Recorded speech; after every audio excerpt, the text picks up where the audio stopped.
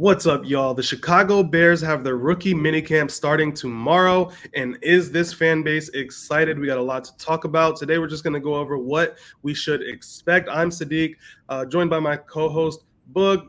Boog, how you feeling today?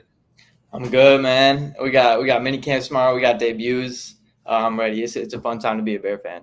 Yes, it is. And tomorrow's going to be the first time we get to see Caleb Williams, Odunze, and the rest of the rookies in a Bears uniform.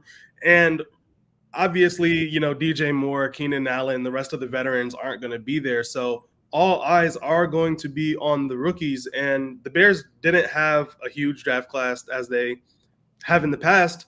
So we really get to hone in on only a few people. So just starting off with the biggest elephant in the room, Caleb Williams. Boog, how do you feel about Caleb heading into rookie minicamp? What do you feel like he should show to the coaches this early on in the process versus, what he has to learn before he gets with the rest of the team?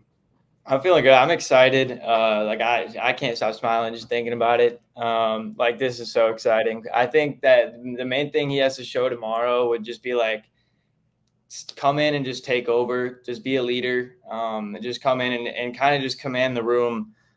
It's just the rookies, so he kind of has a chance to really just kind of control the room here, and the vets will help him out eventually once we get down the road. But just really showing he can be a leader is the main thing. I mean, we already know what he can do on the field, so no worry there.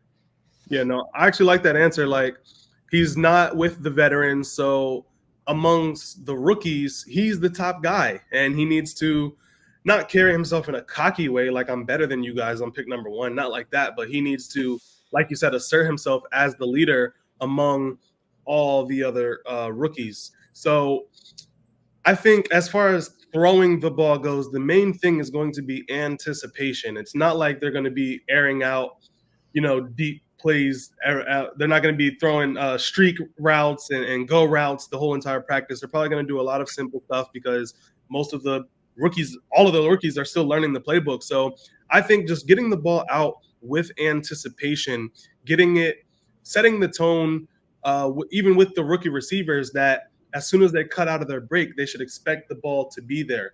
One thing that the offense lacked last year in anticipation was, Justin kind of waited for people to be a little bit more open before he let it go. I think that's one thing that Caleb can establish as early as tomorrow. Show the rest of the coaches, especially Shane Waldron, his offensive coordinator, show that he can handle the simple stuff, the quick offense, the slant routes, and the anticipation on the hitches, so that Shane doesn't feel the need to handicap Caleb's game once we do get into the season.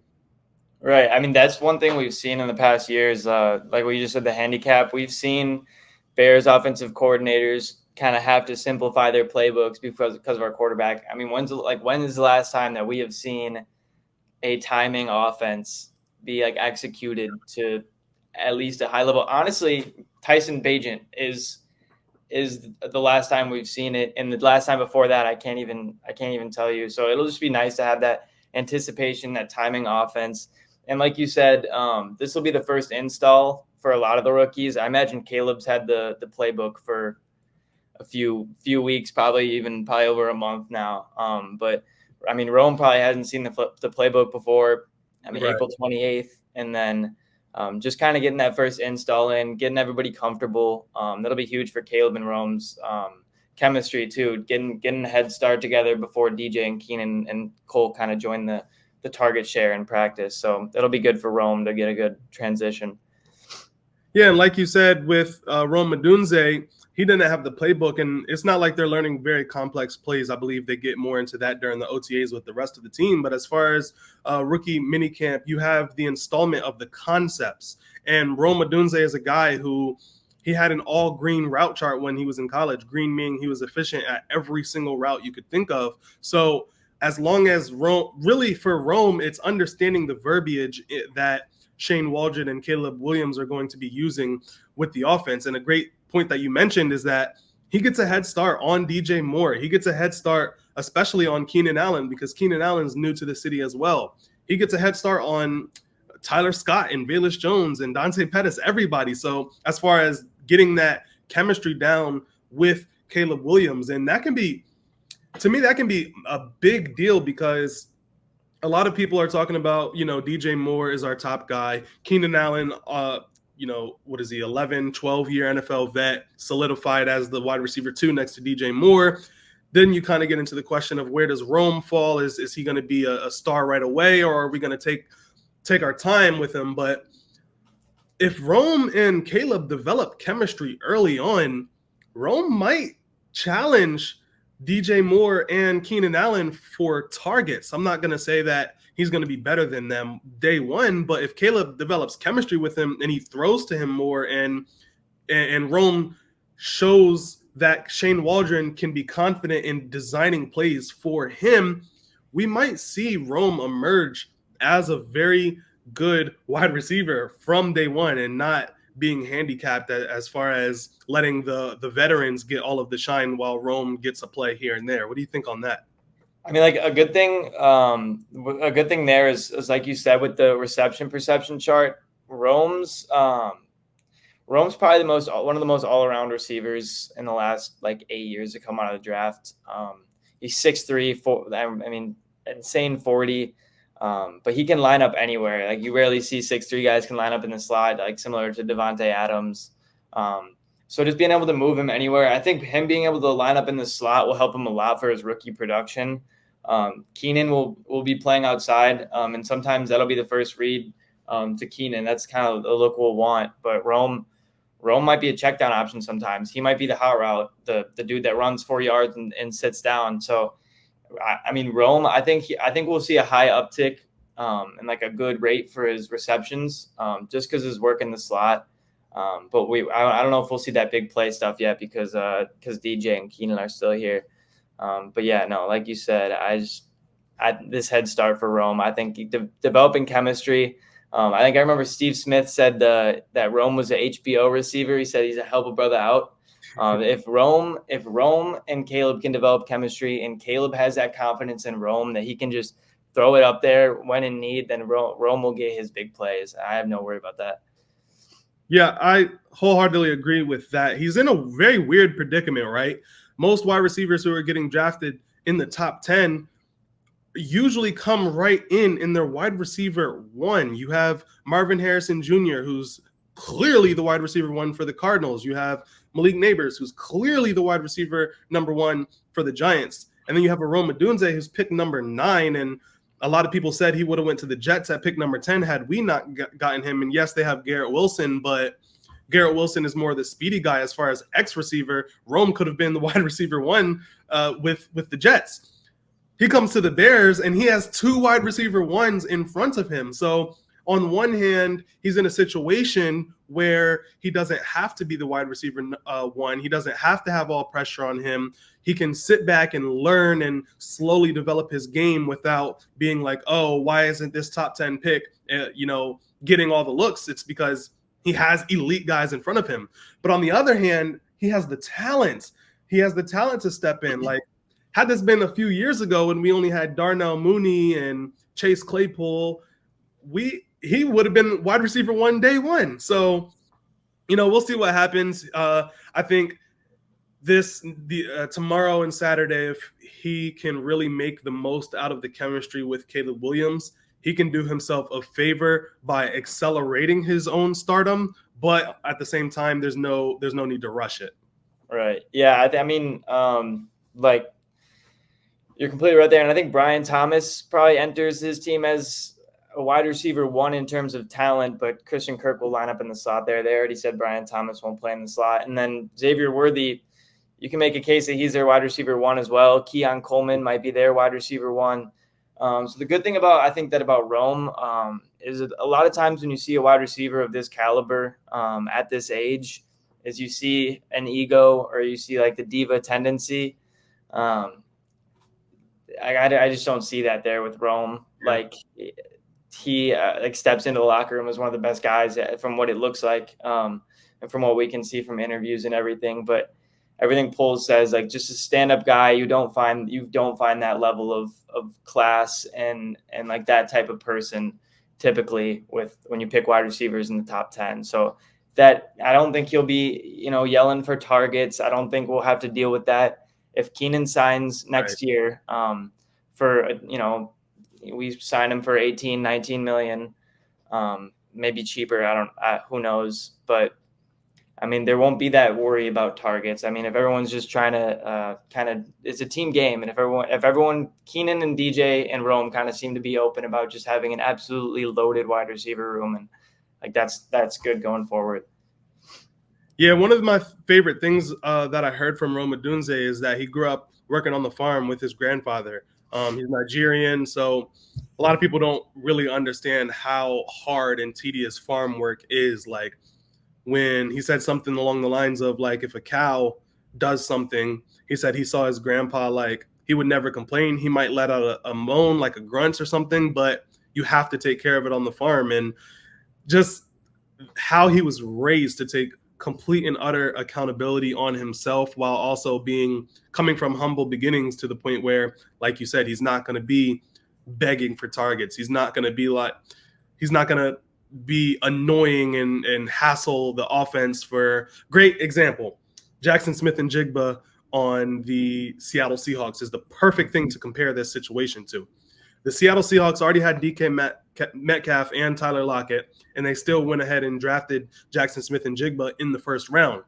JSN comes to the NFL thinking he can be a stud, and he straight to wide receiver 3. And later in the offseason, Bears reporters, for whatever reason, they love to make everything about the Bears. Bears reporters asked Jackson Smith-Njigba how he felt about Shane Waldron, and there was just an awkward silence. Like, he was like didn't even want to answer. And you could tell there was animosity there, that he wasn't in the game plan more. And that could be the case with Rome Odunze behind a DJ Moore and a Keenan Allen, and with Cole Kmet and Gerald Everett. It's like, we could see Rome not get as many targets as he'd like, but he's a guy who stuck with Washington when I think they only won 5 games one year. Like, he was there all 4 years, all through the bad, until they got good. He's loyal, he's humble, he's hardworking. So I have nothing but good things to say about Rome Odunze. I can't even think of a single negative thing that I would even be worried about him. So you got anything else to add on Rome before we get to the later rookies?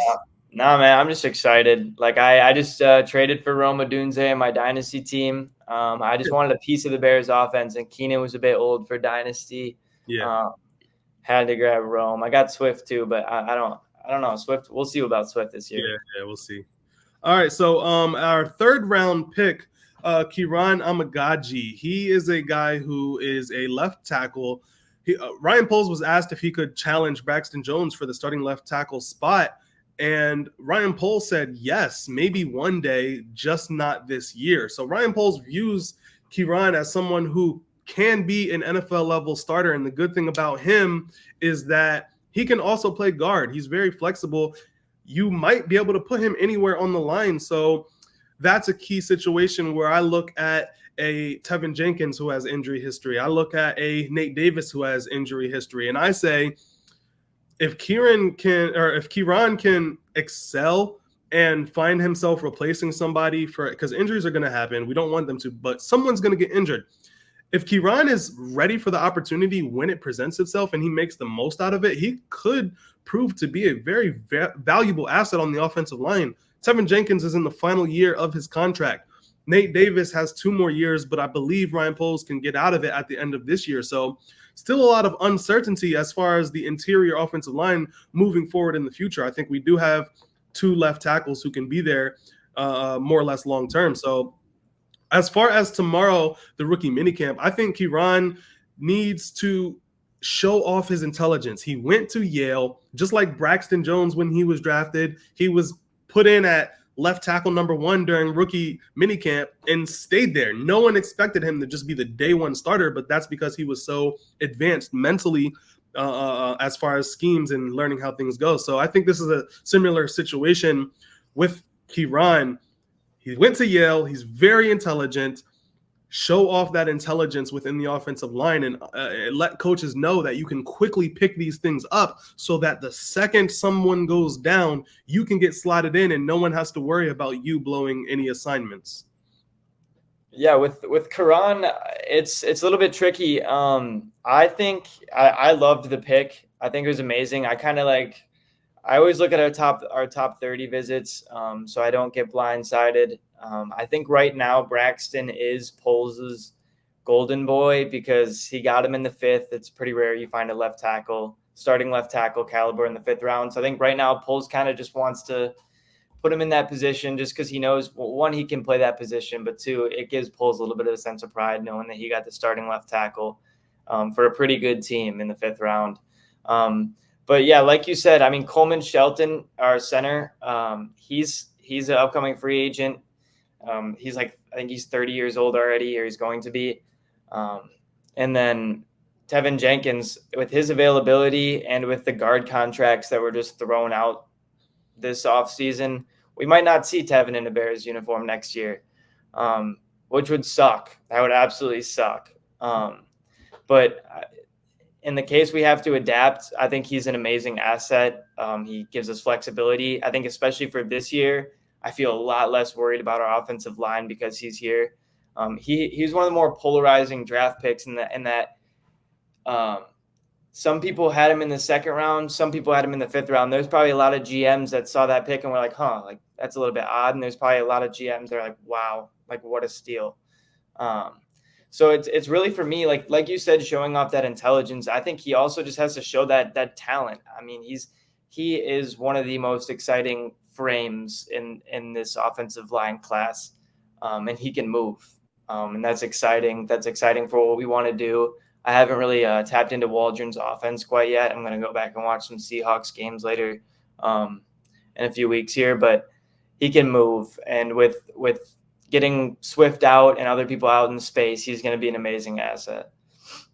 Yeah, absolutely. So I love the pick too. A lot of fans were shaking their heads, but they always do that when it's someone they don't know. No one knew Braxton Jones when we drafted him, and he was one of the best rookie tackles in the draft. So moving on to our fourth round pick, the one that everyone really scratched their heads at, but a lot of people also got super excited for. Now, he's a punter, so it's not really anything to expect other than maybe the social media team might show him booting one and everyone goes crazy about his leg. But I just got to ask, the two nicknames brought up for Tory Taylor, Legatron or the Crocodile Punter. Now, he is an Aussie. He's from Australia, so that's where the Crocodile Punter comes from. But I kind of like Legatron. I feel like that kind of fits more of a football nickname. What do you think? I like Legatron. There was an old AKA card, I think, on Madden. I think it was Greg Zerline who was Legatron, but there's a ton of nicknames that can be. I mean, there's like a 1,000 Juices, 1,000 Hollywoods. Yeah.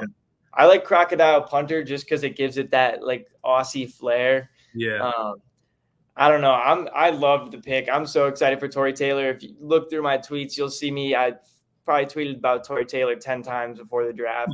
This dude will in the fourth round and later, and especially in a draft class like this where due to NIL, it's very top heavy. There's not a lot of depth. This was an amazing pick. I think I read an article. It said that people were calling our special teams coach, like 3 or 4 coaches called our special teams coach, and they were upset that we drafted Tory Taylor right before them. So I don't think Tory Taylor would have fell to the 5th round. So I loved the pick. I was driving when I found out it happened, and I was just laughing. Like, there's just no way we drafted Tory Taylor, because all I saw all offseason was mock drafts of people trading down for a 7th and drafting Tory Taylor. But the 4th, I don't think it's too big of an investment. I like the Crocodile Punter. I think he's in the 4th round. He's who can win games for us the most. I think he affects winning more than anybody drafted after him. Flipping the field and pinning somebody down within the 10-yard line, that's uncomfortable, and that'll be huge for us. And especially this defense. How many times do we see this defense get put in horrible field position and bail us out? And now they're going to be put in pretty good field position relatively most of the time. So I love the pick. I'm so excited for Tory Taylor. Yeah, me too. I think it's one of the rare scenarios where it's a position you don't really want to hype up in the draft, but he's just so good at what he does. I mean, how could you not? But rolling over, we moved back up into the 5th round to draft Austin Booker. He's a guy who has, could have a ceiling of jumping into being that edge 2 opposite of Montez Sweat, but some people said he could have went higher, but at the end of the day, he did go in the 5th round. So I don't want to sit here and expect him to be the stud defensive end that can opposite Montez Sweat and make a day 1 impact. So as far as rookie minicamp camp goes, there's no pads. He can't really show his full ability, but kind of same sentiment with Kiran. He just needs to show that he can mentally handle the speed of the NFL. So what do you think that he can even show out there tomorrow? I don't even think they're in helmets. It's just shorts and shirts. Tomorrow, for the most part, just like hand work, hand usage, steps, your first step, nothing crazy, just a lot of technique stuff. Austin Booker was 100% an Eberflus pick. His arm length, so I think his hand usage is going to be really important due to the fact that his arms are just next level for his size. And yeah, he really just technique and stuff. With no pads, it's hard for an edge rusher to kind of pop. But just speed, technique, hand usage, first step, just picking up, just learning how to be a pro. Nothing really tomorrow. This season, he doesn't really have that, not high of expectations, but he doesn't really we don't need that much out of him. We're not asking for 11 sack season. If you can come in and provide 6.5 sacks, 5.5 sacks, I mean, as a 5th rounder, that's a great pick. But tomorrow, not much he can show tomorrow to really make the pick good or bad, but it'll be exciting to see him in a Bears uniform and out there, hopefully getting to the quarterback. Yeah, absolutely, man. So that's just one of those picks that we're going to have to just wait and see how it unfolds. But nonetheless, I'm super excited. I can't wait to get some more Bears news, Bears content. We've been itching all offseason for it. So ready to just jump right in. So stay tuned for tomorrow when the rookie minicamp actually does kick off. We're going to go ahead and recap everything that we found out what happened there so you guys can stay 100% in the loop with the Bears. And if you're watching this a day after it releases, go ahead and click right on the screen because you can jump right over to that video and we'll see you there. See y'all.